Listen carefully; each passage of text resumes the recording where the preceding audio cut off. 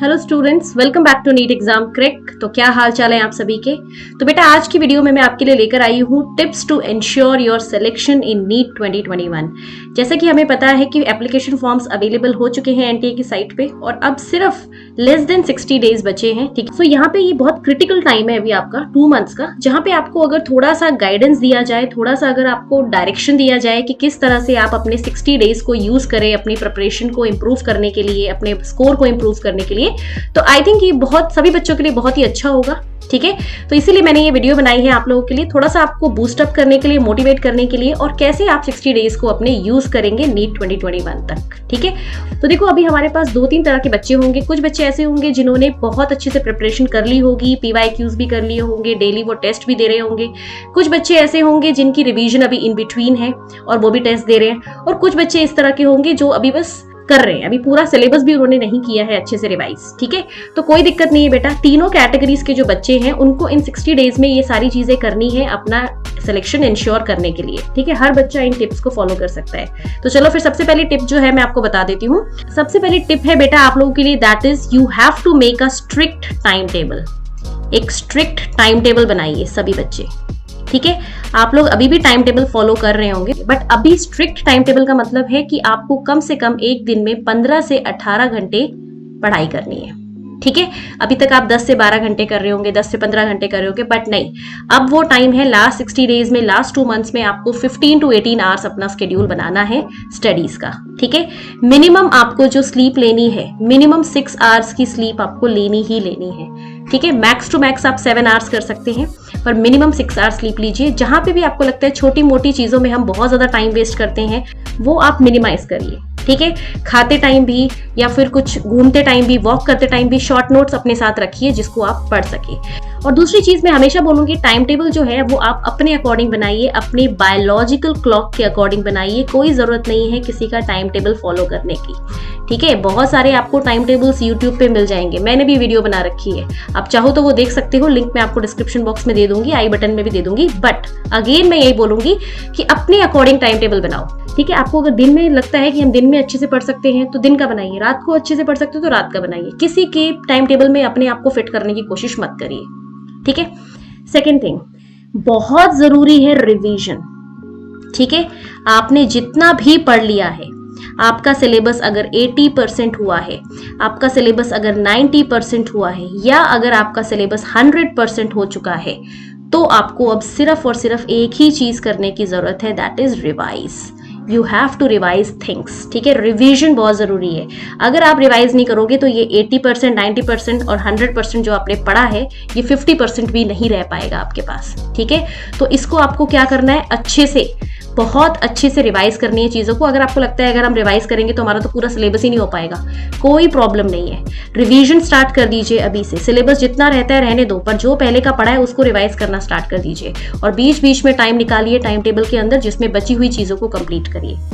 ठीक है, बट ये मत सोचिए कि हम अभी 1 महीना तो पूरा पढ़ लेते हैं और अगला 1 महीना रिवाइज करेंगे। नो, इस तरह का कोई मत करिए। अभी से रिवीजन स्टार्ट कर दीजिए, from this day only, from today only. ठीक है, तो अपने टाइम टेबल में रिवीजन का टाइम ज्यादा रखिए बेटा, और जो नई नई चीजें आप पढ़ रहे हो, जो भी आपकी चैप्टर्स कंप्लीट नहीं हुए हैं, उनका टाइम आप निकालिए वीकली या जैसे भी करके, और उसको कंप्लीट करिए और उसको भी रिवाइज करिए। जब तक उसको रिवाइज नहीं करोगे वो भी फिर यूजलेस हो जाएगा।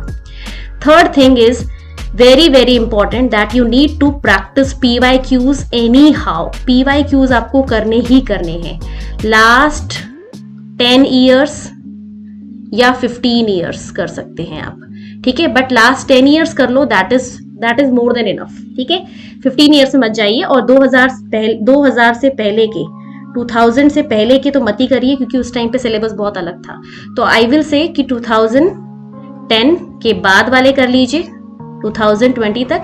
नहीं तो अगर आपको लगता है बहुत ज्यादा हो रहे हैं तो 2013 के बाद वाले कर लीजिए, जब से नीट आया है 2020 तक। 7 ईयर्स भी काफी होते हैं। ठीक है, PYQs आपको जरूर करके जाना है, और साथ ही साथ PYQs की फिर रिवीजन भी करिए। इसका भी टाइम निकालिए अपने टाइम टेबल में, रिवीजन। अब आप बोलोगे क्वेश्चंस की कौन रिवीजन करता है, कर ही जाती है बेटा, यही तो है वो टिप्स जो सिलेक्शन आपका करवाएगी। ठीक है, क्वेश्चंस करने के बाद उनको रिवाइज भी करिए। और PYQ ऐसा नहीं कि एक बार कर लिया बस पेपर देने जाने से पहले, नहीं, PYQs को भी बार बार करना है, वही तो आपकी रिवीजन हो रही है, ठीक है। एंड फोर्थ इज कि कोई भी न्यू सोर्सेज पे मत जाइए। न्यू सोर्सेज, न्यू कोई बुक, न्यू कोई कॉन्सेप्ट, कोई जरूरत नहीं है पढ़ने की, ठीक है। कोई आपको जरूरत नहीं है, ठीक है। अगर आपने अभी तक क्वेश्चन प्रैक्टिस करना शुरू नहीं किया है, जैसे कुछ बच्चे होते हैं ना कि अभी पढ़ रहे हैं और लास्ट 2 मंथ्स में क्वेश्चन प्रैक्टिस करेंगे, तो उनको बहुत सारी बुक्स के ऑप्शन मिल रहे होंगे। प्रदीप कर लेते हैं बायो के लिए, दिनेश कर लेते हैं, ठीक है। मैं आपको बता दूं, अगर आपको क्वेश्चन करने भी हैं तो आप ज्यादा से ज्यादा NCERT एग्जाम्पलर की क्वेश्चंस कर लेना, ठीक है। NCERT एग्जाम्पलर बुक आती है, उससे क्वेश्चन कर लो, या फिर NCERT at your finger tips, क्योंकि इन सब में क्या है ना, NCERT के बेस्ड क्वेश्चन दिए, तो आपने पढ़ा भी NCERT के बेसिस पे ही है, तो वो आप जरूर कर लो, ठीक है। और लास्ट थिंग जो मैं आपको बोलूंगी टिप, वो है कि एक तो ना NCERT के पीछे पड़ जाओ, NCERT के पीछे पड़ जाओ बायो में स्पेशली, उसको छोड़ो मत, उसको इतनी बार रिवाइज कर दो, इतनी बार रिवाइज कर दो कि भैया आपको भी ये लगे अब तो सब हो चुका है। जब तक आपको रिवीजन करने में आलस ना आने लगे, आलस, ठीक है, जब तक ऐसा लगे ना यार हो तो चुका है, अब कितनी बार रिवाइज करें, तब तक करते रहो, ठीक है।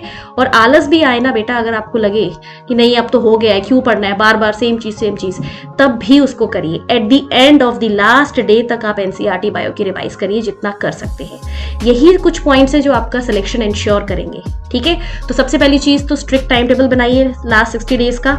रिवीजन पे बहुत ज्यादा ध्यान दीजिए, बहुत ज्यादा नई नई चीजों को कम पढ़िए, अब जितना आप कम कर सकते हैं, जितना पढ़ा है उतना पढ़ लीजिए, ठीक है, और उसको रिवाइज करिए। एंड प्रैक्टिस करिए PYQs, ये बहुत ज्यादा जरूरी है। लास्ट 10 ईयर्स के PYQs करने बहुत जरूरी है, वेरी वेरी इंपॉर्टेंट। नीट, मैं आपको बताती हूँ, एक नीट के पेपर में आपको, ठीक है, नीट 2021 या कोई भी बोल दो, इसमें आपको बायो में कम से कम ये मान के चलिए 200 to 250 मार्क्स का पेपर PYQs से मिलेगा, प्रीवियस ईयर क्वेश्चन से, ठीक है। मैं आपको इंश्योर कर देती हूँ 200 से 250 मार्क्स जो आपकी बायो के हैं वो प्रीवियस ईयर क्वेश्चन प्रैक्टिस करने से आ सकते हैं, पर उसके लिए कॉन्सेप्ट बहुत अच्छे से तैयार होना चाहिए और क्वेश्चंस में भी बहुत स्ट्रांग होल्ड होनी चाहिए, ठीक है। तो ये सारे कुछ टिप्स हैं जिनको आप फॉलो करिए लास्ट 60 डेज में। और अगर आप चाहते हैं मैं किसी और टॉपिक पे आपके लिए वीडियो लेकर आऊं और आपके रिवीजन में हेल्प करवाऊं आपको लास्ट 60 डेज में, तो do let me know in comment section. और ज्यादा से ज्यादा वीडियो को शेयर करिए बेटा अपने दोस्तों के साथ, ताकि उनको भी लास्ट मिनट में और लास्ट टाइम में थोड़ी सी हेल्प मिल पाए, थोड़ी सी मोटिवेशन मिल पाए, ठीक है। और आप लोग बहुत अच्छा कर रहे हैं बेटा, ठीक है। आपका जो भी स्कोर आ रहा है वो इंप्रूव हो सकता है, लास्ट 2 मंथ्स कम टाइम नहीं होते हैं, आप लोग बहुत अच्छा कर सकते हैं। अगर आप अभी अच्छा कर रहे हैं तो आप और भी अच्छा कर सकते हैं, या इसी पे स्टिक रह सकते हैं, तो ढील मत करिए। जो लोग बच्चे 100% स्कोर कर रहे हैं, बहुत अच्छा स्कोर कर रहे हैं, वो भी अपना डेडिकेशन बरकरार रखिए। 2 महीने की बात है बस बेटा, उसके बाद आपकी लाइफ सेट हो जाएगी, ठीक है। सो पढ़ाई करते रहिए, अपना ख्याल रखिए। All the very best and thank you so much for watching.